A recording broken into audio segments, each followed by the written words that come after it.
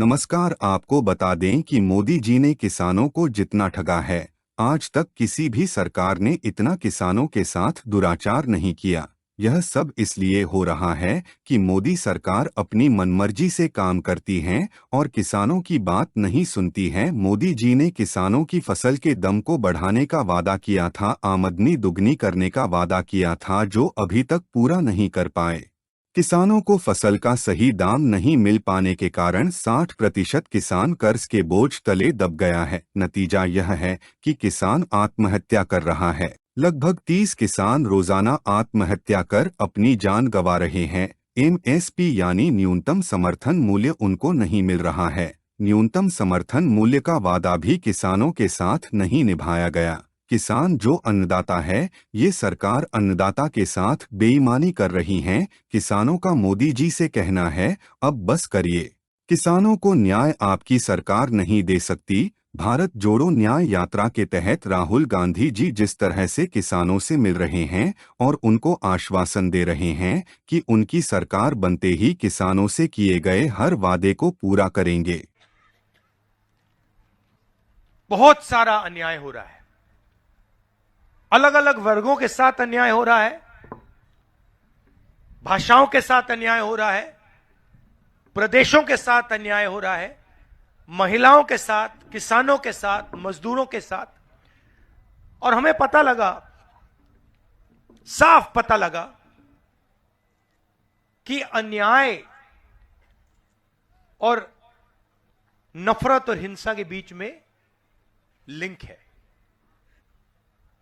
मतलब अन्याय के बिना हिंदुस्तान में नफरत और हिंसा नहीं फैलाई जा सकती। अन्याय होगा, लोगों के दिल में डर होगा, तो फिर बीजेपी हिंसा और नफरत फैला सकती है। तो ये इनका 2 पॉइंट प्रोग्राम है। इंदिरा जी का 10 पॉइंट प्रोग्राम होता था, 20 पॉइंट प्रोग्राम होता था, इनका 2 पॉइंट प्रोग्राम है।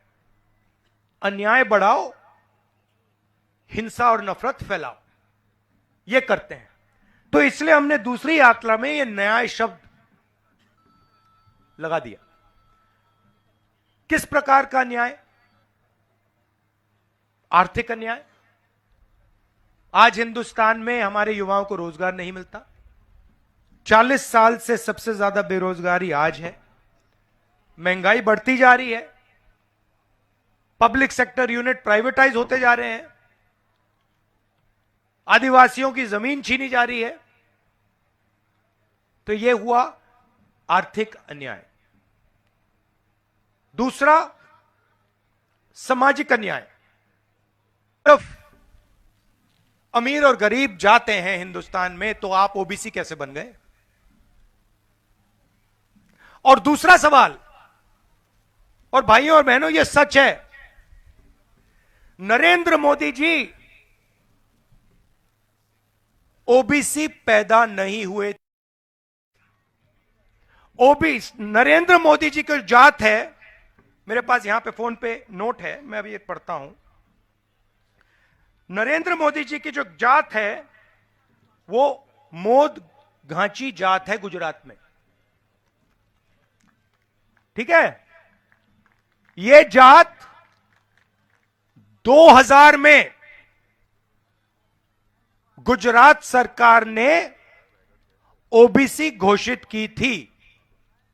आपके प्रधानमंत्री ओबीसी जात के नहीं थे।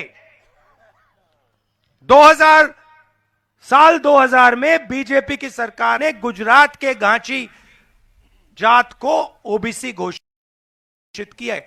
आपके जनरल कास्ट के आदमी हैं।